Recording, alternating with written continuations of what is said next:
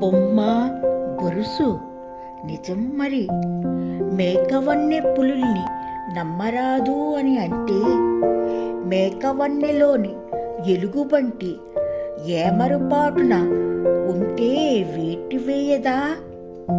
పులి రూపు పోలిన పిల్లి మియామంటూ పాలు తాగి గారాలు పోదా? రంగు రూపు బట్టి మనస్తత్వానికి అర్థం చెప్పకపోవటమే మంచిదేమో మరి. నాణానికి బొమ్మ బొరుసు ఉండక మానవుగా మరి. సెలవా మరి.